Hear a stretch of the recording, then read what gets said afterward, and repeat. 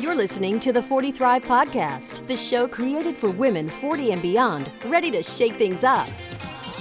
And now, your host, Jackie McDougall. Hey, welcome back to another episode of the 40 Thrive Podcast.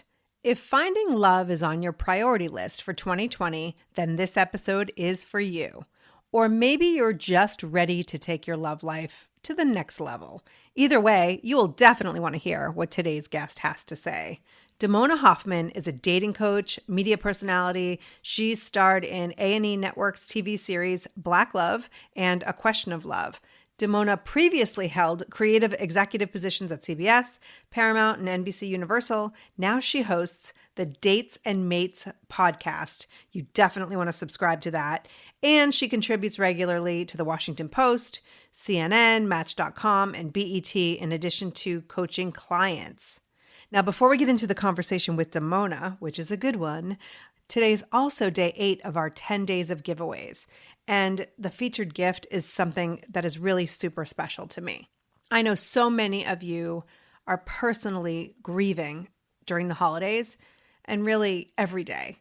Once you hit your 40s, 50s, and 60s, many of us have suffered so much loss, and it can be hard to even get out of bed in the morning. How do we support those suffering in this way? It's so easy to feel helpless and unsure of what to do. Well, I stumbled upon Sharing Solace, a company that was created out of its founder's devastating and isolating grief after losing her daughter. Sharing Solace's mission is simple. They're here to support you as you travel your unique grief journey. They help you to honor your grief, acknowledge your grief as a process of healing, and allow yourself to become stronger because of your life experiences. Today's featured gift is their Circle of Life pendant with their Every Moment is Worthwhile token. Now, what's so special about this gift is that it's meant to be given to someone who may be grieving from a death or a loss. They register the token online to join the Sharing Solace community, and they wear the jewelry close to their heart. Now, when they're ready, they remove the token from the outer locket and release their heavy grief, place it into a new locket, and pass the gift of strength on to someone else who may need it. I was just so touched by this gift and this idea and how meaningful it is. I knew I had to feature it in our 10 days of giveaways. So head to the show notes at 40thrive.com/episode 52 to find out how to enter to win this gift. And thank you to Sharing Solace for sharing your gift with us and the whole 40 Thrive community. So let's get into today's episode. Here's my conversation with dating coach Damona Hoffman. Damona, welcome to the 40 Thrive podcast. Thank you for having me. I am excited we met at She Podcast live in Atlanta. My gosh. That was a good time. So much fun. The power of female podcasters can only grow when we get together. It's insane. Yes, like the estrogen in that room was fierce. So before we get into all of your amazing advice and expertise, like take us back a little bit, because nobody's born a relationship expert and a dating coach. So take us back, because we have similar backgrounds, that you were in television. Yes, I wasn't. I still am in Once television. You're in I've just television, changed. You're never out of television. I've tried to walk away, and it keeps sucking me back in. Yeah, it's kind of like the mafia. Exactly. Yeah, I was working in television as a casting director initially. That was my big dream, to come to LA and work with actors. And then I found that there were a lot of actors that didn't know what to do to get their foot in the door. They didn't know how to present themselves. And so I started teaching classes for actors in marketing and branding and looking at their headshots and teaching them how to tell their story and what to do when they got in the room. And at the same time, I was dating. And dating pretty frustrated and unsuccessful. I was going out a lot, but I wasn't meeting the right kind of guys. Right. So my boss at the time actually had told me about this cool new thing called online dating. Now, what year is this? This is like 2001. Okay. Maybe. Okay. Maybe 2002. But I think it was 2001. And she's like, look at all the guys I'm dating. She'd just been through a divorce. She was in her 40s and she had 2 kids and she didn't have a lot of time. So she found that with online dating, there was long before the iPhone. So this was like on the computer. Right. She was having date after date. She was lining 2 up a night. And I was like, I got to get in on this. So Wow, she was like a trailblazer. she was definitely early to the game, and she was cool and she was attractive. And a lot of the impression I had about online dating before was like it was for weirdos, people who couldn't get dates. But instead, I learned from her that it was for people that really wanted to be specific about who they were dating. So I ended up doing very well with online dating and realizing that all of that time I had been training actors in marketing and having headshots that stood out was helping me learn how to tell my story through my photos and how to make a good impression in the first date room as opposed to the audition room. So I ended up meeting my husband online 16 years ago. Wow. And pretty soon thereafter, people would come to me and ask me to look at their profiles. So I started out as a profile writer initially, and then I was getting people on a lot of great dates, and then they would show up on the date and do the same thing that was keeping them single. And I realized I had to also become certified as a dating coach, first as a life coach, and then specifically as a dating coach, so that I could shepherd people through the entire process of dating all the way up through a relationship. So I actually learned how to properly teach people everything from communication to flirting skills to pacing the relationship. And these are major valuable skills. And that's the important thing to remember, Jackie, is that dating and flirtation, they are learned skills. And somehow we got this message as women, maybe from watching too many Disney movies. Oh, there's always a happy ending, and every woman should know how to attract a man. And if you haven't found somebody by the time you're 40, then you've done something wrong. So not only are you teaching people how to show up and like present themselves like a casting director would, but you are teaching them once they get in the room how to maximize that. Like, what are people doing wrong when they're getting on the date that they're not getting the second date? Oh, well, that's complicated. I mean, obviously it depends on the person. It depends on the person. And my process actually begins before you get to the first date. So I find that a lot of the problems are pre-first date problems because you may be on the date with the wrong person. So what I do in my programs, whether I have online programs I have a 30-day online program and shorter.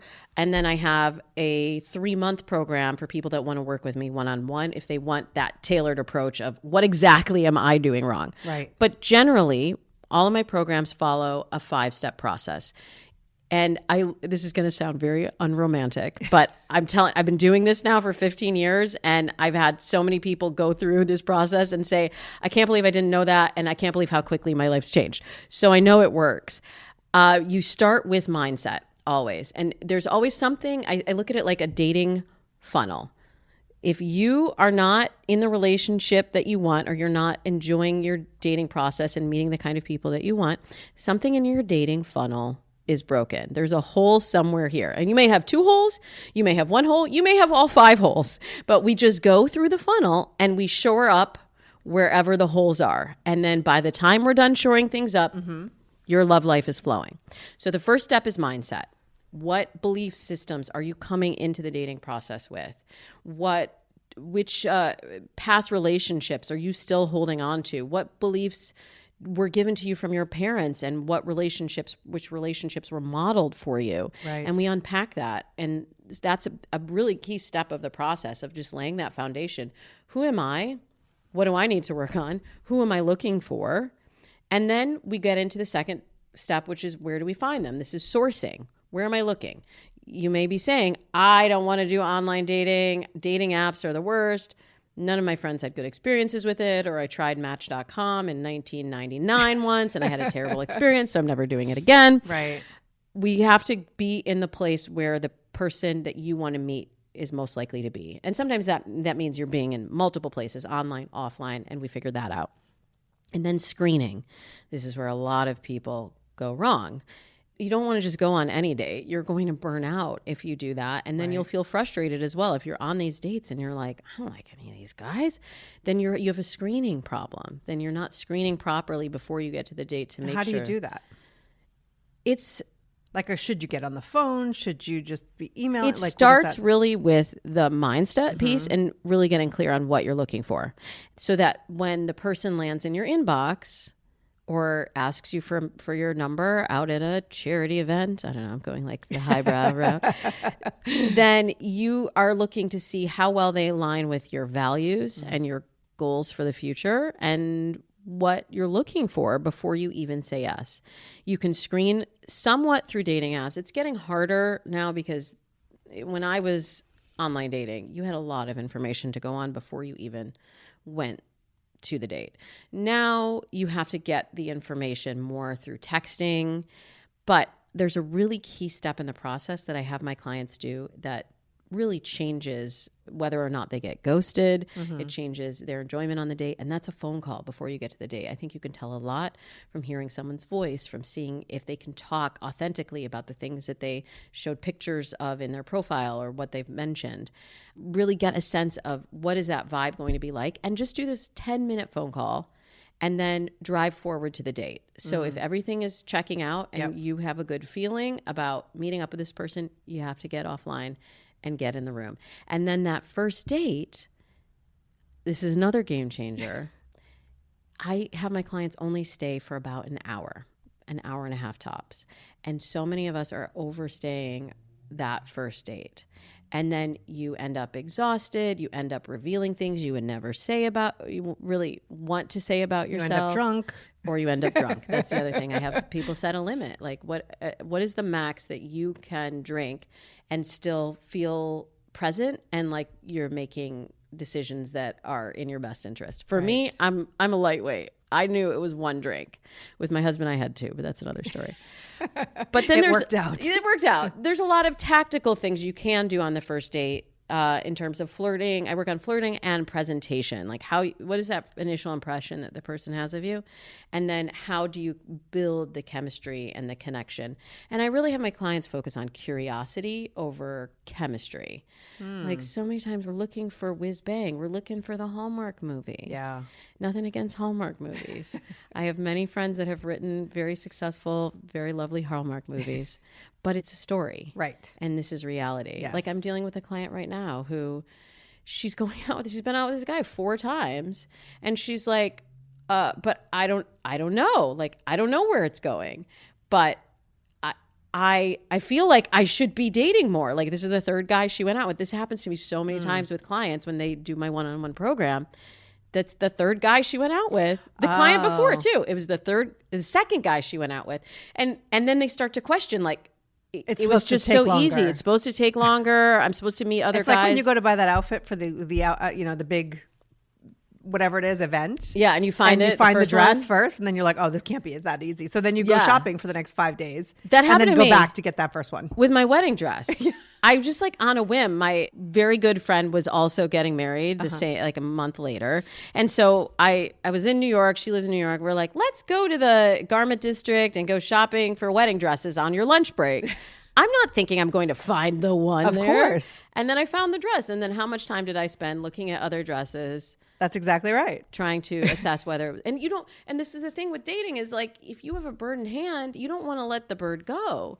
Because if you do, how many times have we had that, like, well, I wasn't sure at the time, I let him go, and now he's happily married and he's moved on, and I didn't seize the opportunity when I had it. So you just never know when it's going to happen, and you should be open to it. You never know what's going to happen, but I do find that when people come to the process mindfully and deliberately, things happen. Like this story of when you just stop looking for love, it finds you. Never happened for one of my clients. When they come to me for help and they're like, I'm ready to focus on dating. And I say, I'm not asking you to focus on dating for the rest of your life. I'm asking you to give it 3 months of making this the number one priority in your life. And chances are, most of the clients that come to me, they haven't made it their top priority. They've said, oh, well, I'll find the guy when the time is right. Or if he crosses my path, then I'll know. Right. It's a totally different mindset to say, I am making dating my number one priority for the next 3 months. I am putting aside engagements with friends. I'm putting aside work. I'm setting up boundaries in my life so that I can carve out time to devote to something that is really one of the most important decisions you will ever make in your life, who you're going to spend your life with. Yeah, but here's the thing. We don't honor it as that. So whether we're married like you and I are, or, I remember when I was dating, and dating apps were so my husband and I got together in 2001. And the last thing I did before we got together was dating apps. And, there were a couple guys that I dated, not anything like, it was a very different time then too on dating apps, I think. I remember. you do.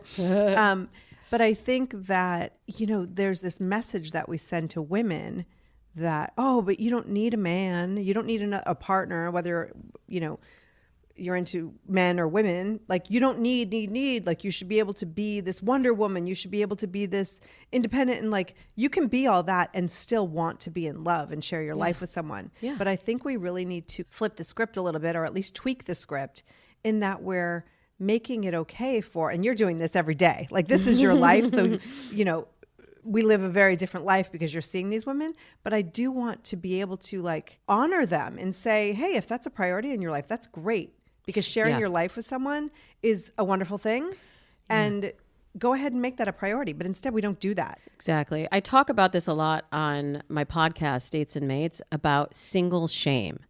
There is this feeling of shame around singlehood, especially if you're over 40, and especially like if you're over 40 and you're divorced and you're single again after not having dated for a long time. There's this feeling like we shouldn't talk about it. We shouldn't ask for help, whether that's in the form of setups, introductions, or something else. We have to push that down and swallow it.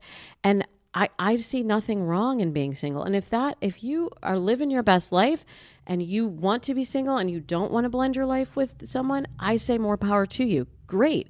And I mean, it's a biological need for you to have intimacy, have sex, and most people most of the women that come to me aren't just looking for a casual relationship, but sometimes I work with men too. And sometimes that's what the men are looking for. And I don't ever shame why people are coming to me for help, but I do make my clients who are committing to this process make it their number one priority for the period of time that we're working on the program. And it's just like anything else. I know a lot of the women that listen to this podcast are very successful in many areas of their life. And you don't get successful just by wishing it happens and hoping and waiting. You get successful by doing. Right. And dating, I feel, is the same way. And this is their permission. If you're listening to this and you're single and you're trying to hide the fact that you would like to be in a relationship or you would like to have a partner, this is permission to like screw all that. First of all, listen to Damona's podcast, because I'm married and I was listening to it on the way here and it's just so good. But, Thank you. But I think, and as married women, we need to honor the fact, like we need to open up this conversation. So I love what you're doing. So we're giving them permission. And now what are some of the steps that they can take? Is online dating really is that the best way to go? Because I have lots of questions that we're going to get to from my audience. And one of them is like, where do I start after divorce? Yeah. But is online dating the only way to go? It's so funny. I just did an interview for BBC and they asked me that question. They said millennials are actually deleting Tinder at record numbers. And they were asking, is online dating the only option? And I don't see it as the only option, but I see it as in many times your best option, especially if you're over 40 and you have your life set. And that's a great thing, but it means that there aren't many opportunities for you to have new connections made. And I just think when we really take a step back and look at it, the fact that your dating pool used to be just whoever was in your immediate circle, and there's all sorts of data, and I love data, on how a few generations ago, most people married someone that lived within a 5-mile radius of their house. So it was who lived on your street, who your parents knew, who went to your church. And then the pool began to open up as people moved away from their home cities. And now with the dating apps, your pool has expanded to anyone in the world. I have clients who have met someone in another country, have forged a relationship long distance and ended up together that are still together. Some 10 years later are still together with someone they met in another country. Without online dating, they would never have connected. Right. And actually both the ones that I'm thinking of right now are divorcees one who had 2 kids, and she was like, who's going to want to date me? I have 2 kids. I'm at the time she's approaching 40, and I don't have that many opportunities to go. I'm not going to go to the bar. I'm not going to go out and meet singles at a singles event. Right. But online dating she could do on her schedule. And it gives you the ability to do a lot of the filtering, the screening we were talking about earlier, before you even get to the date, so that you're really choosing carefully who you spend that time with. And the thing I always tell my listeners is that time is your most precious resource.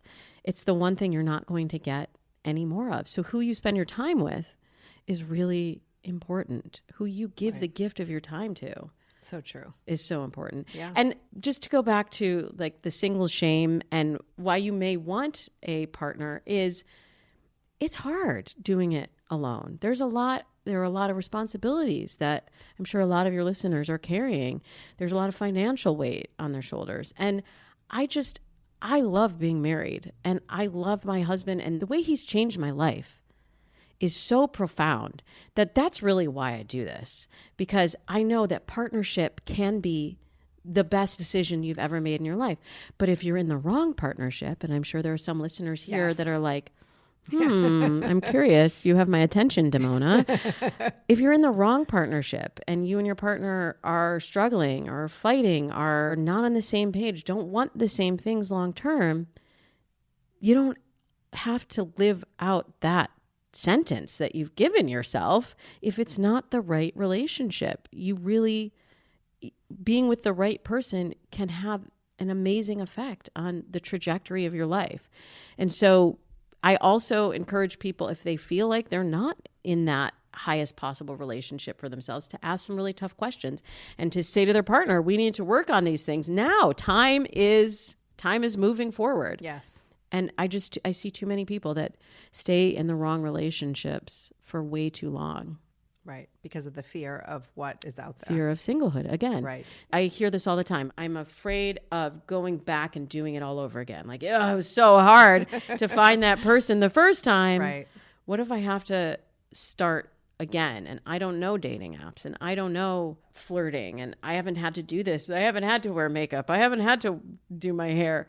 And I think it's much worse to be stuck in a relationship that doesn't make you happy than to go through the process. And yeah, sometimes it's frustrating, and I ride that wave with my clients of ups and downs, thinking a new relationship is going to turn into something and it doesn't, and then you start over. But that's why I'm demystifying the process of finding love, because it's been told to us that it just should magically happen. Right. So it feels really right. Like when it magically happened for us once before, it feels like, how am I going to create that spark again? Right. But you can just by following these steps. Awesome. But the other thing too is it's easy to romanticize what meeting somebody looks like and what a relationship looks like. So I think I sometimes see women who are dating and the expectations are very different from what I can only say in what my opinion a relationship looks like. Mm-hmm. So how do you manage that with your clients who maybe think, like, how many times do you hear someone who's like, oh, well, he didn't sweep me off my feet, or I don't feel that like, yeah. Are you supposed to? I mean, you're the expert. Are you supposed to feel like the butterflies immediately and forever? I believe that chemistry is a liar. So on the first date, you should not, if you are feeling that overwhelming chemistry, usually that's one of the relationships that burns fast and burns out quick. Right. I ask my clients to be guided by curiosity, as I said a few minutes ago. It's that curiosity of, I want to know more about this person. I'm curious what their life is like, how they think about the world, what they want for the future. And I don't know if I'm ready to rip their clothes off, but I'm curious about them. Right. And I let that curiosity drive the first 3 dates. If by the end of the third date, you're not feeling some sort of physical attraction and chemistry, then I say, that person belongs in a different category. And that's where the last step in the process is. That's the follow through of making sure you're getting to the second and third date and really assessing how does this person fit into my life and what I want. And then again, it's all woven together. You go back to the mindset and figuring out what are my goals? What are my values? Those are the biggest factors in long-term compatibility. Common goals for the future, shared values, and then respect and conflict resolution and communication. If you have all those four, you have a really solid relationship. And you might not feel butterflies every day of your life. Right. But ultimately, you step back and you say, are this person and I are on the same team? Right. Are we on the same team? Are we headed in the same direction? And I believe that everything else can be worked out with the proper tools and the proper intervention. I'm a big fan of therapy. My husband and I have a great relationship, but we've sat down with a therapist before, right. And now we have 2 kids, and one of our kids was having some challenges, and I was like, let's send him to therapy. And I think it's great. He's going to be so great in a relationship when he gets to be older because he's getting these tools at such a young age. And then my husband and I come in and we have parent sessions where we talk about our what's going on with each of us and our relationship and then how that affects our children. So I'm a big fan of like, pull all the stuff out of the closet. That's secrets and lies are where relationships are torn apart. Right. Well, it's interesting because my husband, there's no one I would rather be in a room with. Like, he's the sweetest human you'll ever meet, at least toward me. Yeah. and that's what's important, Jackie. Yes. Towards you. Exactly. How you feel when you're with him. He is like the keeper and protector of my heart. He just always puts me first. He would never, just little things that I've seen in other relationships where like one will call the other one out in a party or whatever. Like my husband would never do that. He may call me out later, but you know what I mean? Like, he's just very protective of me and my heart. Any issues and struggles or, like butting heads happens when outside life, money, jobs, kids, special needs, whatever that is. So it's not necessarily in our connection, but the outside things and how we deal with them. Because I'm very like, tell me what the problem is so I can fix. Mm-hmm. And he's like, oh, let me step back and process. I'm like, what is this processing? It seems like laziness, but we all come to the table in a different way. And so I think it's awesome to be able to focus on yourself and focus on what you need as a human being in order to meet the person, like you're saying, and to start those first 3 dates and like see what their goals are before all of these outside pressures get involved. I see it a lot when somebody has that connection and then they bring the kids in, to the relationship, or they try to take what is a spark and may ultimately work down the road, but they shove real life into it so soon that it blows up. Do you see that with your clients? Well, I feel like we're all in a hurry to get to the ending.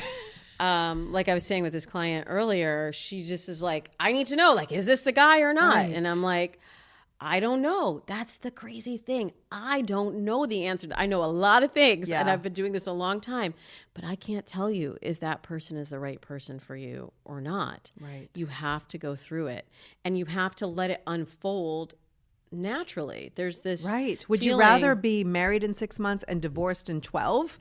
Or give it the 12 months to really figure it out. Yeah, true. Oh, and I've seen that happen too.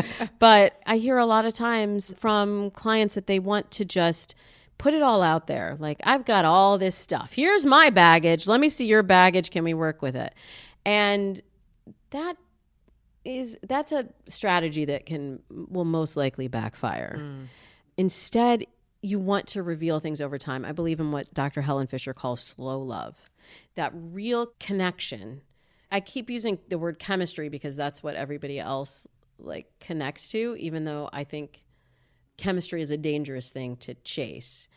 But when I'm talking about chemistry, I'm talking about that feeling of knowing someone and really trusting them and being able to like build a foundation with them. So Dr. Helen Fisher's theory is that you'll be more successful in a relationship if you pace out your interactions. So when people tell me, I had a great first date, we spent 6 hours together, and then we went for drinks, and then he said, do you want to have brunch tomorrow? And so then we met for brunch, and then I just stayed over, and we've seen each other every day for 10 days, and it's going great. I get super nervous because to me that means you're giving up so much of yourself so soon, and you're also like so available. Right. It amazes me how women are so protective of their time when they haven't met the person. But then as soon as like someone gets their foot in the door, they give them the keys to the whole place and let them run the rest wild. of their life to start as soon as possible. It's the chasing the story again. It's Yeah. chasing the story. And look, I've been there. Like, I'm not sitting here on my high horse like, well, I'm married and I figured it out and this is how you do it. I'm saying this because I've been there and I've done that. Did you jump in at first with your husband? No, it was a very slow burn. I've had the opposite where I had the butterflies on the first date and then was like planning our wedding by the second date. Right. And Writing your names together in a notebook. girl, I've done all of that. I've done all of that. And it was just so different when I met my husband. And I've just seen this so many times with my clients. When they meet the one, they're like, oh, this is a different kind of feeling. I'm not asking the same kind of questions. Right. I'm not worrying about the same things. It's just fitting together. And the more time I spend with him, the more I want to know him. And the more I know him, the more I want to be with him. That's how it should be. Now, of course, not every relationship proceeds like that. And sometimes you have hiccups and you have major life events that you have to deal with. And so sometimes you get off course a little bit and then you come back together. But the moral of this story is the longer you give yourself to trust a person and the more you allow them to show the true self to you, because nobody's really themselves on the first or second date. Right. That isn't revealed until the going gets tough.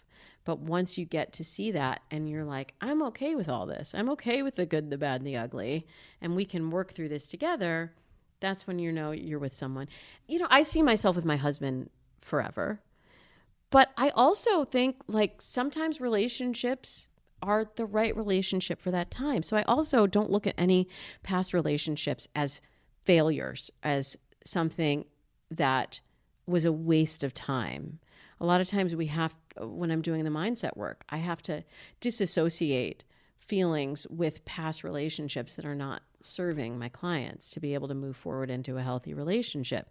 So I say that relationship, it's almost like the Marie Kondo method, except for like relationships. Like you take the stuff out of the closet, right? And then you look at it and you're like, does this spark joy? No.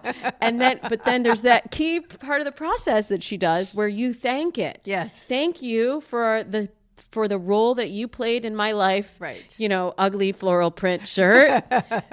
Thank you, person that dragged me through the mud and made me feel like crap, because now I know I deserve better than that and I don't want that anymore in my life. So thank you for showing me that lesson.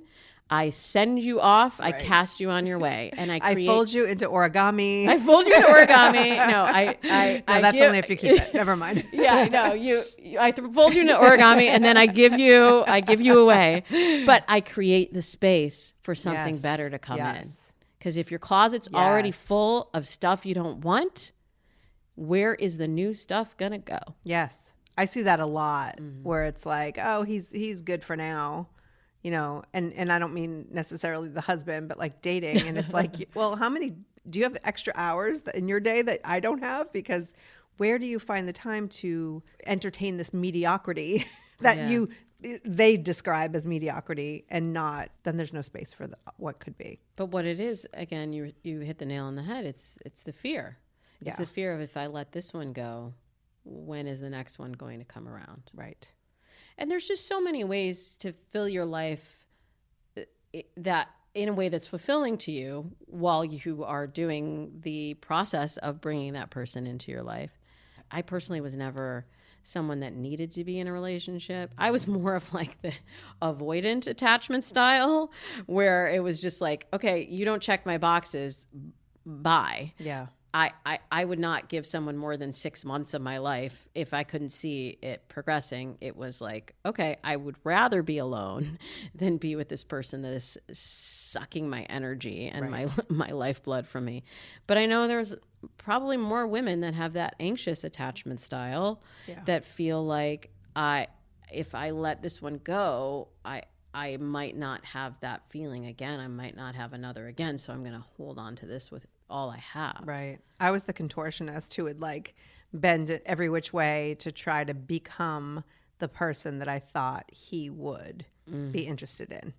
And all the time I would go to work and I'd talk to this guy and tell him all of my dating stories, not knowing that this guy at work would ultimately become my husband. Oh, see, that's like a rom-com movie, Right? right? Yeah, he was like the perpetual friend, like never, ever, ever. Like under lie detector, never did I ever consider that he would be the right one for me. And what's interesting, because I want to get to these questions, but when I say the right one for me, do you believe in the one? I don't believe in the one. I believe in many ones. Me too. And I think this quest for the one keeps a lot of people single. Yes. Yeah. Yes. Yeah, because you're thinking, well, it's not perfect, so he must not be the one. And I read again, statistic. I read a love stat. your stats. Well, yeah, I love my stats. That was like 76% of people believe in soulmates. And I was like, oh, that is depressing to me. Because if you think that there's a soulmate, that there's someone that's destined for you, how are you going to find that needle in a haystack? And then you're going to toss out all these other gems because you're looking for that one soulmate? Well, and what happens if you tossed him out on the third date because you didn't have the butterflies and it was the guy? The whole like, oh, he's not the one. And so when I say to people like, well, my husband's not the one, and they look at me like I'm awful, I'm like, he's the one for me that I have chosen for my life and my life partner. And I plan to be with him, until the day I die or through the day I die and beyond, if that's even possible. But I don't think that he's the only one that could be compatible with me in certain ways. There's another dangerous phrase that I hear a lot of people using. Is your partner your best friend? I want my partner to be my best friend. And I'm like, there's no way my husband's my best friend. He's not my best friend. Right. That's a totally different category. I have several best friends, girlfriends, and our relationships are 180 degrees different from one another. Now, he is the person that I trust most. He's the person I tell everything to. He's the person that I enjoy spending time. Do I enjoy spending the time with him the most? I mean, he's the only one that I'm sexually attracted to as well. Well, he's the chosen. You've chosen him. I've chosen to be your him. partner for life. He's a really good friend of mine.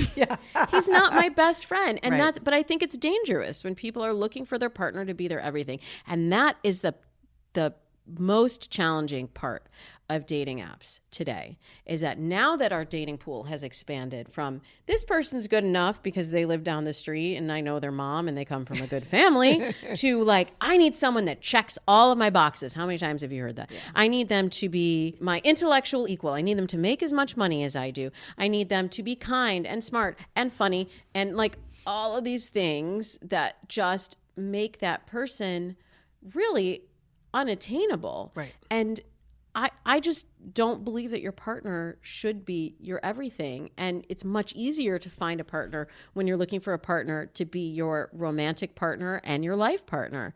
So I have a lot of people that check a lot of my different boxes. And my husband is sort of like he is the core, he's the nucleus, but it wouldn't work if everything I wanted to do and be was wrapped up in this other person.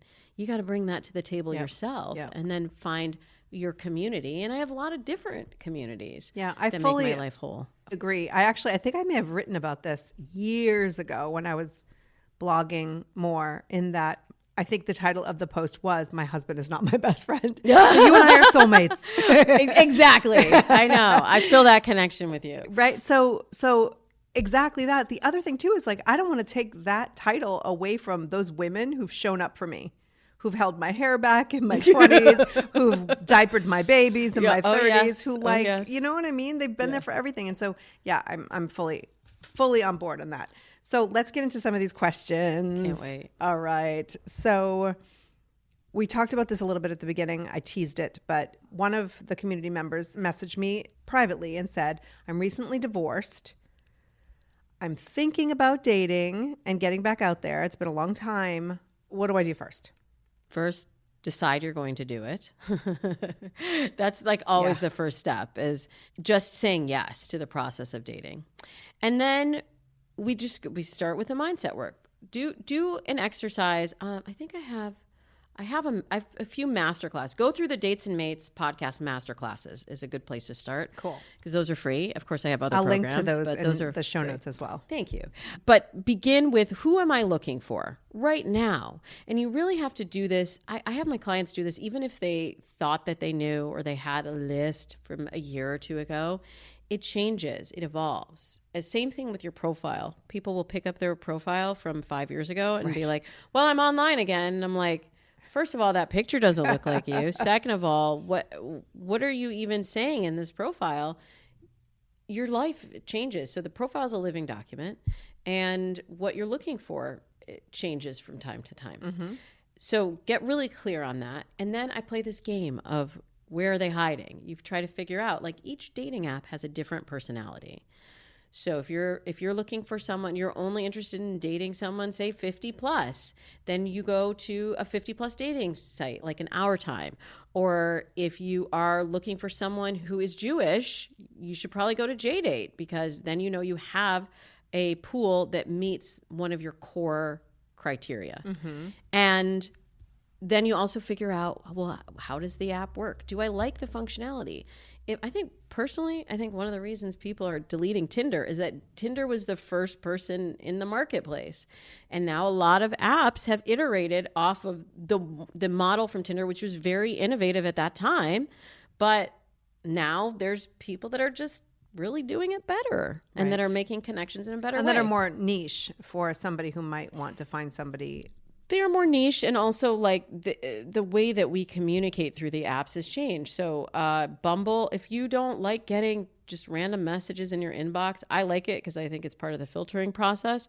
But if you don't like getting the random messages in your inbox, then you should probably be on a Bumble where you're the one sending outgoing messages. Women have to send the first message on Bumble. It's a mutual match. Uh-huh. So have to if they both say, choose you and then you choose them, then you have to message them first, and you have Okay. 24 hours to do it. Okay. So It does sound like a fun game. Like it is, but I've always, this is like the biggest game changer, Jackie. I always have had my female clients for 15 years send outgoing messages. That is, and still, and I work with Match a lot. So I should let people know that, like, I do content for Match, and I think that's a great app if you can do the searching and if you can use all of the tools that they have. But it can be overwhelming if you just want something simple and basic, like maybe Tinder is better for you. But I've always said, Tinder's not like just a dirty app. I always considered Tinder as like hookup. that's how it started. I'm not gonna lie, that's how it started. Yeah. And then as it became more popular, and I'm very grateful to Tinder for just breaking down the stigma.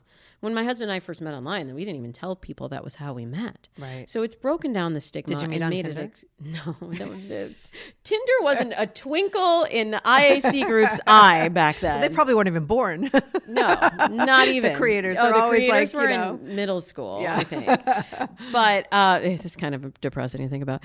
But you have to find the app that really works for your personality. Oh, I was saying women sending outgoing messages. Yeah. Match has done this survey of their users and found that most women still don't send outgoing messages, but the women who do have like 3 to 4 times the number of connections than women who don't. So we somehow think, because we've been sold this bill of goods from the rom-coms, from the Disney movies, that the woman is supposed to sit back and be docile and allow the man to do all of the romantic work and make the magic happen. Well, especially, I mean, women over 40, 40s, 50s, 60s, like that's how we were trained. Yes. Same with marriage, right? I mean, you that we wait had for to do him. that. You can date him for 5 years, and if he hasn't asked you to marry him, like, just keep waiting. You know, it's so The you're rules saying, are changing. Yeah, so take The a rules more are changing. proactive approach. And here's the biggest takeaway about dating apps is that you have to remember it's a tool. The dating app is just the tool. It is just the conduit that's getting you to the match. Once you get to communication, dating apps are just dating. And in fact, millennials and younger, they don't call it online dating. They don't call it dating apps. They just call it dating. So that's the direction that we're headed. I've said it for 15 years. I was a little bit, sometimes, I'm like too early in the system. Yes. But if you really just look at it as this is just making the connection, it doesn't matter who makes the first move.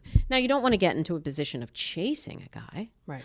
But just making that, hello, I'm here, and sending the first initial message is not rewriting the rules of chivalry. It's being visible. It's being proactive. It's being a participant in your dating life. And most of the women I find today, they're so proactive in other areas of their life, but because we are tied to this idea, these stories that we were told, we think that in love we should just be able to sit back and let it all unfold for us. Right. So what does she do to get into action, decide she's going to start, figure out which app to start with, and you're not marrying the app. Do you have any apps that you recommend over others for, especially my audience? I think it depends on what you're looking for. Yeah, I mean, I mentioned a number of apps. So it's what is most important to you and which apps do you like the functionality of. So just sign up. Most of them are free to join now. Sign up, see if you like the selection there, see if you like the functionality, and see what lands in your inbox, and then start sending outgoing messages. And from that point, you just have to get into action. So many times I find, especially if someone is coming back into dating after divorce, after not being on the dating market for a long time, the idea of dating is so overwhelming that it becomes bigger than the reality of actually just showing up on the date. And so then I would say just start. Really just start with going on a couple of coffee dates and seeing how it feels to you. I have tons of resources. I'm going to be linking the hell out of these show notes. Well, thank you. But I do this because I love helping people, especially people who are in that position of feeling like I've been single so long, I don't even know how to do this. Right. And really just breaking it down so that it's so doable. It's so doable. And I love, especially working with women over 40 and over 50 who have sort of thought, I'm probably just going to be single. This is just the situation. Yeah. I'm not meeting anyone new. I don't want to do these dating apps. I don't know how to meet someone through social media, and teaching them the tools and techniques and having them call me. Like, I've had women in their 60s and 70s say, I'm going on 3 dates a week now with different guys. And that never would have happened if they didn't raise their hand and say, I need help. I want to do this. And I just need to start. Yeah, I love that. All right. So speaking of starting, so one woman asked, how does she approach a man? So now we're offline. Maybe we're in the grocery store. She didn't say exactly where, but what's the best way for a woman to approach a man that she might be interested in? Begin with what I call a curiosity comment. That could be anything you're curious about. If you're in the grocery store, which is actually one of the worst places to meet a match, or it's where the lowest number of matches are actually made. We think that it's a hotspot, but it's not. But you could start with the grocery store. And I actually have some of my clients practice in the grocery store, on the subway, in places where there are a lot of other people that they're coming across with just give compliments, just ask curiosity comments, just begin conversation with people. And it's amazing because guys aren't used to being approached. It's amazing how they light up when a woman even begins talking to them. And you'll find out very quickly if he's interested in you or not, because once you begin the conversation, then he will want the conversation to keep going, and he will drive it forward. Right. And that's really your whole job as a lady. Just begin the opening. And women have always been the ones to initiate. It's just, it used to be nonverbal. We would drop the hanky, or we would make eye contact, snap or we and would bend. Smile. Yeah, bend and snap. Yeah, that was always a thing. Yeah. It's just now there are people like me who are dissecting it, and now we have the digital element that we have to take into consideration. And it's just a comment. Right. It's not an invitation to dinner. It's just beginning the conversation. So let's play a little game. So curiosity questions, bad and good. So maybe not how much do you make? What would be a good curiosity I mean, you wouldn't question? ask a stranger like, I was just wondering, how much money do you make? Can you support the lifestyle I'm accustomed to? Well, that's a whole other conversation that we won't get into. But curiosity comment is just something about the room, something about them, something about that you're observing. So you're in the grocery store and it's like, oh, I was looking at getting those crackers last week. Are they good? Have you had them before? And then you're into this whole conversation about what ingredients are in the food and what they pair well with, and like, oh, I love Chianti. And now you're actually you're jumping into the conversation. Right. It could be about something that they're wearing.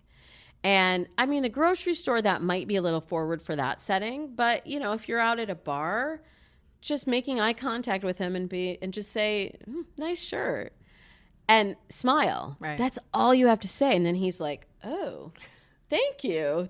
Well, and then he'll be chasing you. And even if you're just making the connection at the bar, sometimes if you create the opening and then go away, you're the familiar person to them. You might find that later in the night, he comes to find you because he felt that connection from before. Right. So that it's just about beginning, really. Yeah, I love that. Just start. All right, I got another private message. How do I meet younger men? Oh, I love this question. I was intrigued by this question. I'm a big fan of women dating younger. Yeah. And I'm seeing the trend, obviously, more and more.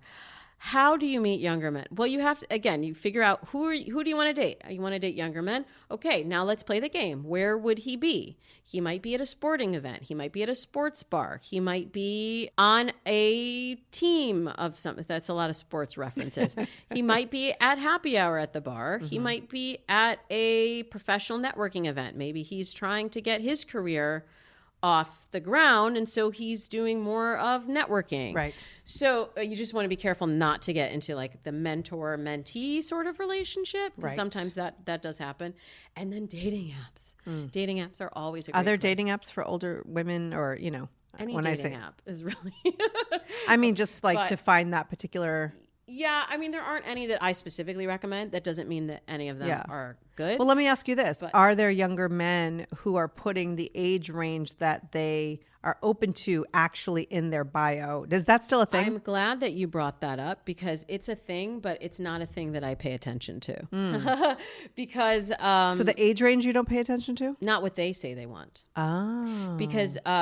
studies have shown that men will respond to a woman if they find her attractive, regardless of what the age is. And I've seen it in my own practice of women, especially like I was saying, women in their 60s and 70s that are like, oh, well, that guy, even though he's my age, he's saying that his age range is 50 to 60 and I'm 60 to 70. I'm like, I don't care. Right. Send him a message. Right. If you're hot. Yeah. You are interested in the same things he is. You live within a 20-mile radius of his house, send him a message. And most of the time, if their profile is done right and the man finds them attractive, most of the time the guy writes back. Right. We get caught up. Actually, the same thing happened when my husband and I were dating. He almost didn't write me because I thought that I had to date an older, more sophisticated man. And we're the same age. So he wasn't coming up in any of my searches. If he hadn't just said, oh, forget it, she doesn't know what she's looking for, and messaged me anyway, we wouldn't be here right now. Wow. And I have a friend who, is in her 40s, and she wouldn't check the box that allowed men over 50. And I was like, it's a few years away from you. Yeah, but they're old, they're shrivelly. I'm like, I've seen some 50-year-old, 60, even 60-year-old guys that are pretty hot, you know? So I think it's being open-minded to the fact that what you think, I mean, I'm a prime example of what you think you will end up with doesn't have to be the case if you just open your mind. Yeah. Yeah. And some of the apps, it's harder to do that because it's just the swipe. It's not the search. Right. But, if you're on a Match or an OkCupid, it's open-ended search and open-ended messaging. And I think that's a great way to start sending messages and just see what happens. But most of my clients, in their 50s and 60s are getting messages from guys in their 40s. Just Go for it, ladies. Just reality. You see women, especially women over 40, and their profiles. This is how you got started. What kind of tips can you give somebody who's now heard you and who's like inspired to really take control of their dating life and take it online? What are some things that she really needs to know? Okay. Well, aside from the free profile starter kit, which I know you will link to. Yes. Which is like a plug and play profile. It tells you everything that needs to go in there. Let's be more clear about that. You have a profile starter kit on your website. Yes. And it's free. So it's designed for anyone that doesn't know how to get started writing that About Me section. Yes. And it has writing prompts. It has templates that I've written profiles for other clients and made it like, do you remember Mad Libs? Like where you used to fill in, you just fill in the blank and make it your own profile. Oh, cool. And it really works. And so it doesn't matter whether it came out of your mind or whether I gave you sort of the training wheels to get you riding. The most important thing is that you get online. Right. But I don't want to dodge the question. The most important thing to keep in mind with your profile is that it needs to be authentic.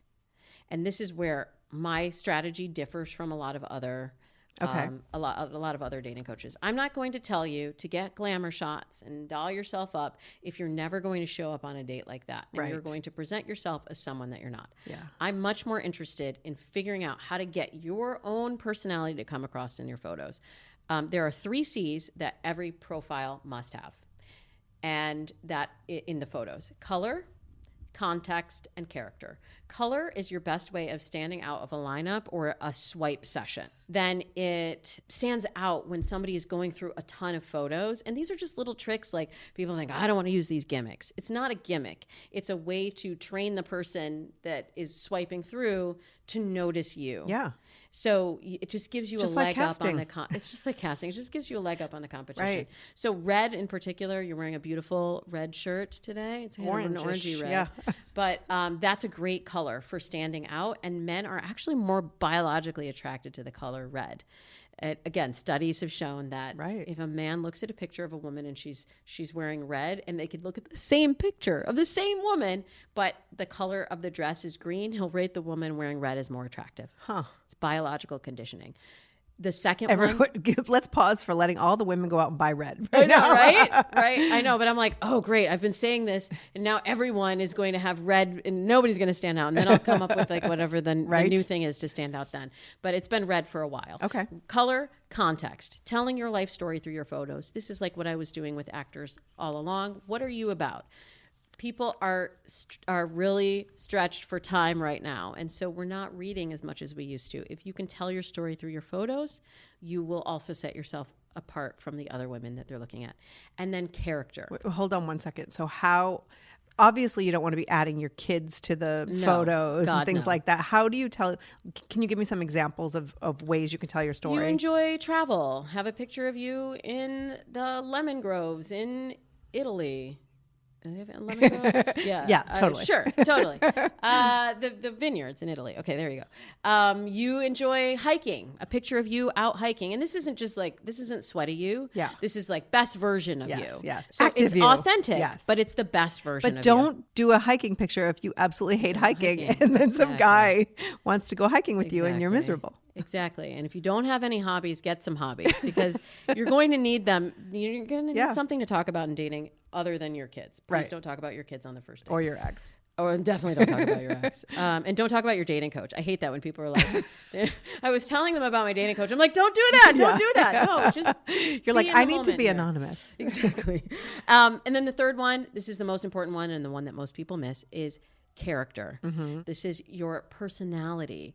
What are you about? Are you quirky? Are you outgoing? Are you more quiet? Are you more comfortable like in a bookstore than you are like partying out with friends? Don't be afraid to show that part of you, because that is the thing that makes someone really connect and take the initiative. Think of them swiping through and they're like, oh, red picture. Let me go and see their other pictures. And then they're like, oh, okay, I like she's into travel, and she scuba dives and I scuba dive, and she's active, and this lines up with my life. Oh, and also she likes to read books.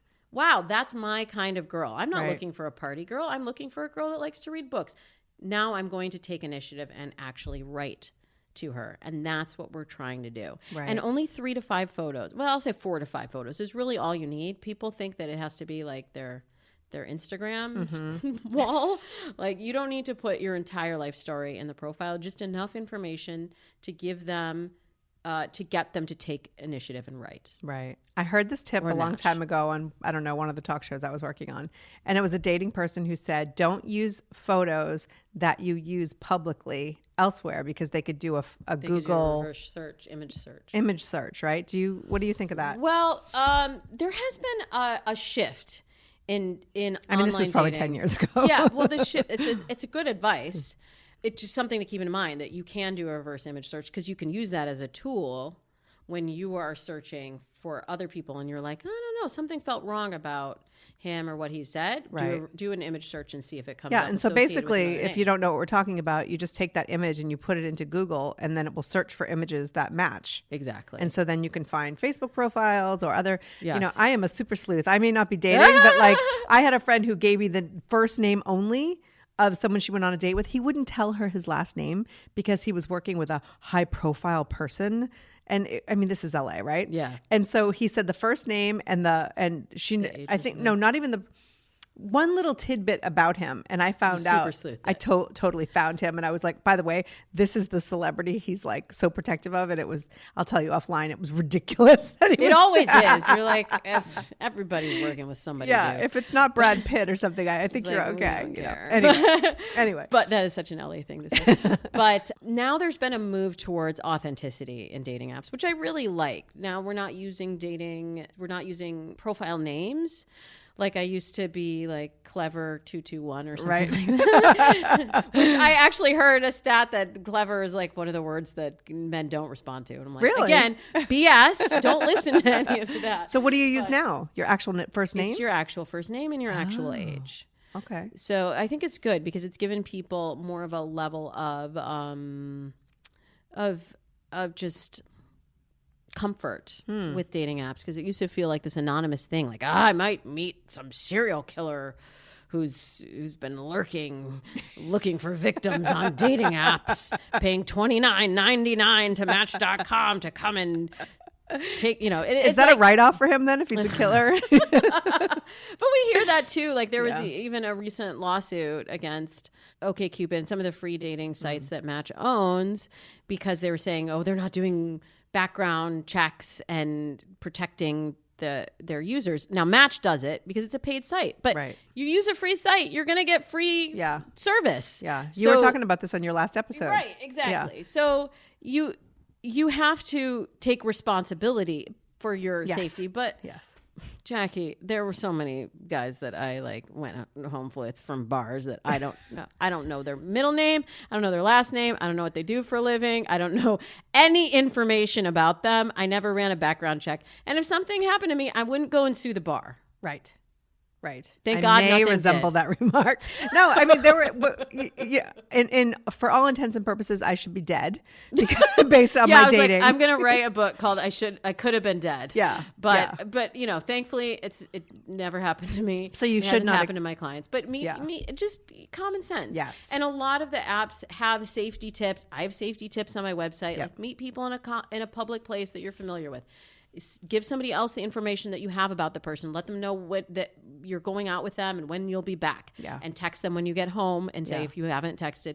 I mean, it's you could even gives drop a pin to a friend. you could drop a so they pin. could I know a follow, lot of like- people that do that. It's yeah. a great idea. But most of it is just so that you can show up to the date and not be worried and Right. really be able to be authentic and be yourself. I've been doing this for 15 years. I would say there's only been one client story where I was like, girl, that could have gone really wrong. Yeah. Other than that, like pretty much all of the people that my clients have met have been really nice people. Some of them just haven't been the one. And Yeah. that's, for the most part, the worst thing that's going to happen. Right. But still, be smart, be vigilant, and take care of yourself. And you can have a great time with dating apps if you do it the right way. Right. Awesome. I think this is really great information. And if somebody listening has that on there. I'm all about like the vision board for the new year and all that woo-woo stuff, but if you've got like being in a relationship on your mind and in your priorities, you have to follow Damona's podcast and website. Like, you are a wealth of information. I think it's awesome. Thank you. So I think you're awesome. Thank you. I have one last question. Okay. What does it mean to you to 40 Thrive? I think it's about being in the moment where you are. I've had a lot of really exciting experiences, like, getting to host a couple of television shows where I'm like, I never dreamed that this would happen. And I'm sitting on set going, just be here right now, because we're always either thinking about the past or thinking about what we want to have happen in the future. And I do the same thing. Like when I'm going on dates with my husband, I'm like, this moment right here, this is so great. And even the moments that aren't so great, I try to just live in, this is happening right now. And this is not my eternity. This is not my 50th Thrive. This is not my 60th Thrive. This is the now. Yep. And I want to be here for it. I love it. I mean, it's such a simple but powerful way to live when you live in the present. Thank you so much, Damona, and thank you so much for listening. If you liked this episode, please share it with a friend. You know, the one, she's ready to make love a priority in 2020. And don't forget to check out all 10 gifts in our 10 days of giveaways. It all wraps up at 11:59 p.m. Pacific, Saturday, December 21st. Until next time, take care and keep thriving.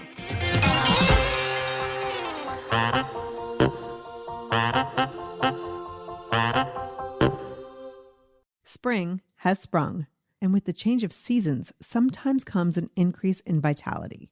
If you're feeling in the mood for a little more personal time, may I suggest Coconut. Coconut is all about providing clean and natural ingredients when you're enjoying your most intimate moments, with or without a partner. Naturally safe products developed by people who are obsessed with quality. Get 15% off with promo code GROWNASS at grownasswoman.guide/Coconut. That's 15% off with promo code GROWNASS at grownasswoman.guide/Coconut.